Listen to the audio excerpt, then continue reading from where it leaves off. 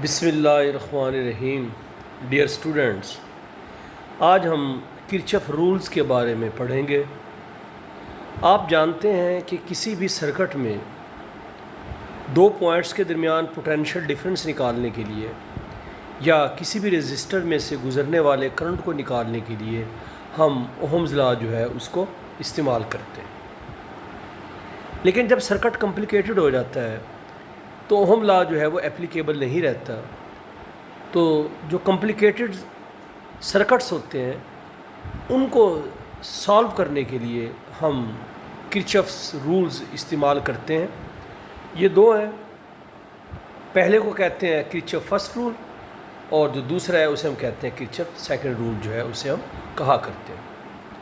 جہاں تک اس کی اسٹیٹمنٹ کا تعلق ہے، it is states that the sum of all the currents meeting at a point in the circuit is zero.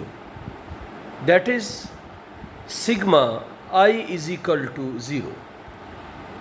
اس میں ایک سائن کنونشن ہے، وہ یہ ہے کہ جو کرنٹس جو کامن پوائنٹ ہے جسے جنکشن کہتے ہیں اس کی طرف بڑھ رہے ہوتے ہیں، جیسا کہ یہاں سے آپ دیکھ سکتے ہیں کہ I1 اور I2 جو کرنٹس ہیں وہ پوائنٹ اے کی طرف فلو کر رہے ہیں، انہیں ہم پازیٹیو لیا کرتے ہیں۔ اور جو کرنٹس جس طرح یہاں پر یہ I3 اور I4 ہے which are flowing away from the junction they are taken negative, تو انہیں جو ہے وہ ہم ہمیشہ نیگیٹیو جو ہے وہ لیا کرتے ہیں۔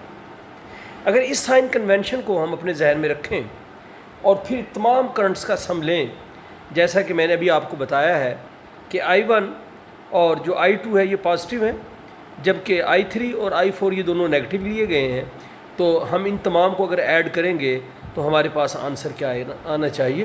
زیرو آنا چاہیے۔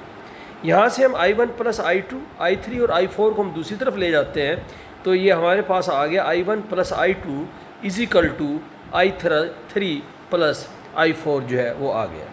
اس طرح سے اگر ہم چاہیں تو کرچف رول کو ایک اور انداز سے بھی اسٹیٹ کر سکتے ہیں کہ کیا کہ the sum of all the currents flowing towards a points مراد یہاں ہماری جنکشن ہے، is equal to the sum of all the currents flowing away from the point. یاد رکھیے کہ کرچف فرسٹ رول کو ہم کرچف پوائنٹ رول بھی کہا کرتے ہیں، and it is in accordance with the law of conservation of charges.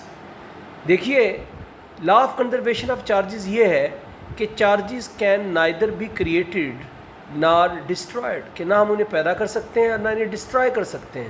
اس کا مطلب یہ نکلتا ہے کہ اگر کسی کامن پوائنٹ جسے ہم جنکشن کہتے ہیں پر یونٹ ٹائم کچھ چارجز فلو کر رہے ہیں تو یقیناً پر یونٹ ٹائم میں انہیں فلو آؤٹ بھی کرنا پڑے گا، کیونکہ وہاں پر کوئی سنک یا سورس آف چارجز جو ہے وہ موجود نہیں ہوتا۔